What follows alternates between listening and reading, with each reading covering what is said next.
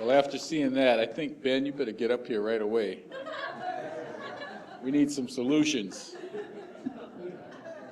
Ben Deniston is also from the 21st Century Research Team, and he's going to talk about the subject of the science behind win-win economics. It's going to make sure that we have electricity and stay in touch with each other and keep that system working and growing.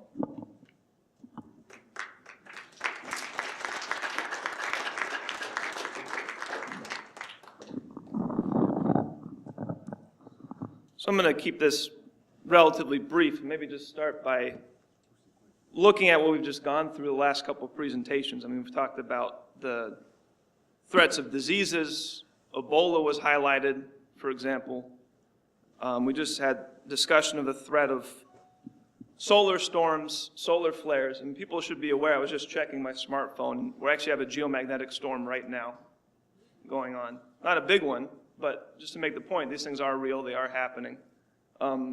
2012, there was an event that just barely missed the Earth that could have had the effect that they were talking about here, that happened to fire the opposite direction from where the Earth was relative to the sun, but that was should be a wake-up call for these types of things. I've also done a fair amount of work on another issue, which you could throw into the pot, so to speak, for these types of challenges, asteroid defense. We had a nice wake-up call in 2013 with that large asteroid that exploded over Russia, completely caught the world by surprise.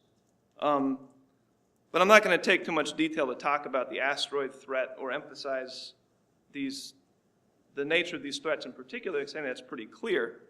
I think what's interesting, given the context of the current political situation, the BRICS initiatives we're talking about, is to step back and look at what it is we're facing as mankind, as a species. I mean, these threats give us, in one sense, a good opportunity to rethink what the heck we're doing on this planet. Ebola doesn't care if the people it's attacking are members of BRICS nations or alliances of other nations.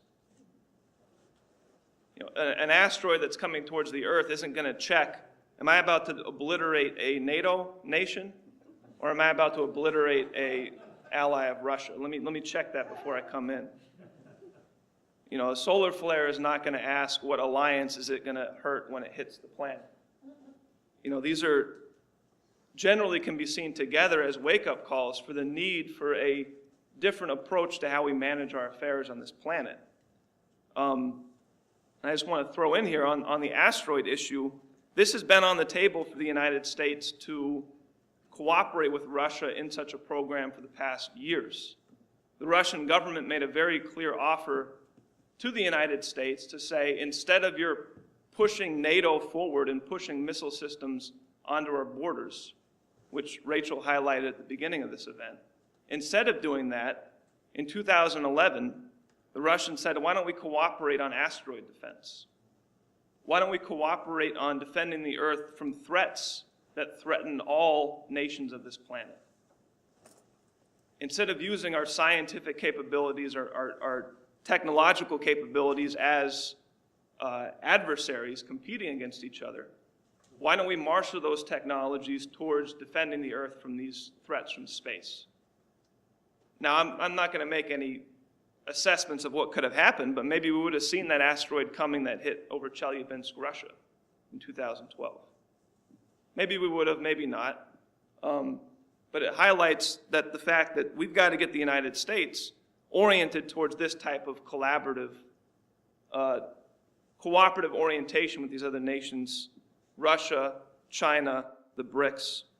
And some of the work that I've been doing with 21st century science and technology, and have the great opportunity to work with Lyndon LaRouche on some of these areas, is looking at this world situation right now and trying to draw out, not really posing, but drawing out the larger questions that are being posed to our nation, to these other nations of the BRICS, which is really to put the focus on the issue of what what is the role of mankind on this planet in the solar system? Those are the questions that we should be thinking about in the current political environment, in the current strategic environment, in this level of technological advance that mankind has reached. We really need this potential for a new paradigm, this new international economic and financial order that's beginning to emerge.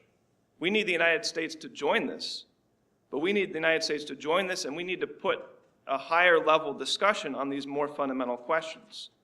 What is the purpose and role of mankind on this planet? What are the aims for which we're cooperating for? What are we doing? And really, what is mankind as a species on this planet? What makes mankind different than just, say, an animal species? And this is something that we could spend a lot of time going through. Megan, I think, gave us a very good taste of it by looking at Vernadsky's work on defining the scientific basis of mankind's existence as distinct and separate and above any mere animal species. And Mr. LaRouche's work, as she indicated, picks up very much on that same direction, and I think even takes it further in really scientifically defining mankind's unique nature as a unique force on this planet. And what we need to come to realize is that it is unlike the animals, unlike any given animal species. Mankind is the only thing that sets his own boundaries. That mankind's boundaries are not limited by resources. They're not limited by finite amounts of wealth. They're not limited by the bounds of this planet. That what mankind is an inherently creative species. We have the potential, if we pursue it, to overcome any boundaries that are set by mankind. If you look at the history of human development, that's what mankind is. Mankind is a series of revolutions in our relationship to the planet. A series of upgrades in mankind's power as a force, controlling the biosphere, improving the planet. And it's only when we continue that process of improvement that we're actually acting truly human. You ask, what is mankind? Well, mankind isn't really any given level of technology. Mankind isn't defined by any level of tools. Mankind is a species which can always create new tools, more powerful and beyond which we had before. So it's only if we continue to pursue this creative capability of constantly coming to newer, higher levels can we actually realize the true potential, the true nature of mankind. And that's where we have to take the discussion right now. And that's what we have to get the United States to join into, that type of concept. And that, I think, is, again, a lot more can be said, but that lays a very clear scientific basis for what the president of China has put on the table when he says that right now China is pursuing a win-win policy. Because that is based on an accurate assessment of the true scientific nature of mankind on this planet. There is no zero-sum game in human economics. The idea that there's any limited amount of wealth on this planet is ludicrous. The only scientific basis for mankind at this point in our development, in our evolutionary development, is the fact that the development of the creative powers of all the people on this planet is the only source of fundamental wealth and will ensure that we can generate more wealth, more resources than we'd need, period. I mean, we're on the verge right now of going to a fusion economy, at which point in a couple generations, the needs of this planet could be met easily, probably much quicker than that. But what's needed is the political and strategic alliance among nations to just eliminate this insane game of competing and trying to break down and bash down the other nation as if they're our adversary. And actually take up these offers being put on the table by the president of China, by the BRICS nations, by the Russians, and say, we're not, none of this is say you're going to have a magical, perfect world tomorrow. I mean, there's going to be debates, there's going to be conflicts, there's going to be arguments. But the basis is the fact that if we collaborate in these missions, in these objectives, we will actually create more wealth for all those involved. We'll create the type of progress and development for all those involved, which is really the only basis that we have to overcome these challenges, to overcome the conflicts that we have, to overcome the different disagreements that we have. So, I mean, a lot can be said. We've gone through a lot today. But I think we just really want to make sure that we highlight the profound historical importance of what's going on in the world right now. And that it's really on our shoulders to get the United States on board with this process. That, for centuries, the world has been dominated by conflicts.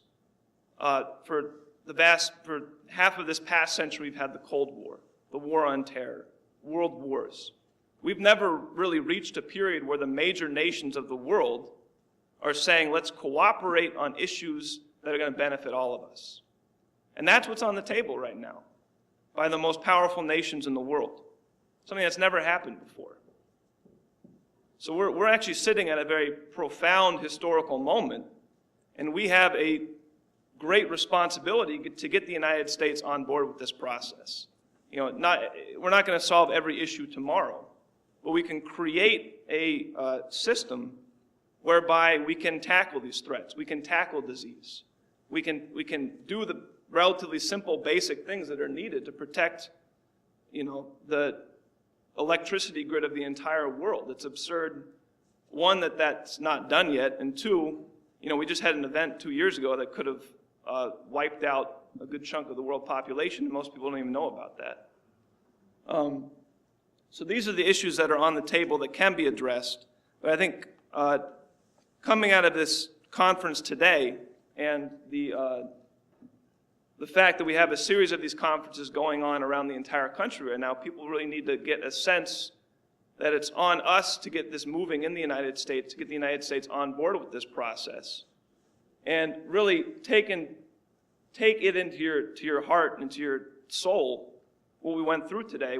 We have had representatives from all the BRICS nations address this conference today. This is one of a whole series of conferences across the United States focused on this subject. And so right now we're in the middle of a major mobilization to get the United States to join this process and really create what could be a completely new historical era for mankind. Really put yourself in the fact that we're facing that historical opportunity right now. And, the issues that Mr. Lyndon LaRouche and Helga Zepp LaRouche have put on the table in terms of the true nature of mankind as a creative force on the planet needs to be the leading conception. That we have cultural differences, we have national differences, we have ideological differences. Those are still going to exist. We're not going to get agreement on everything. We're not going to impose our, certain views on other people. But there's a singleness to mankind on this planet. There's a singleness to what makes the human species the human species. And, these threats, asteroid defense, Ebola, solar flares, I think help to highlight the fact and get people out of their petty, small-minded issues and get people thinking on this level. That we're one species on this planet. We're one species that are not animals, we're not beasts. We have a unique creative capability. We have an obligation to manage and improve this planet. If you're looking for the squirrels to do it, you're going to be waiting for a while. It's on us to make sure that this, we don't get nailed by an asteroid or, whatever other natural disasters that we can stop. But right now we have the opportunity to make that, for the first time in history, a central focus of cooperation among the most powerful nations in the world. That's on the table right now. That's what this conference is addressing as one of many conferences internationally. And I think we should all go away from this with a profound sense that this is our mission, our obligation to make this a reality.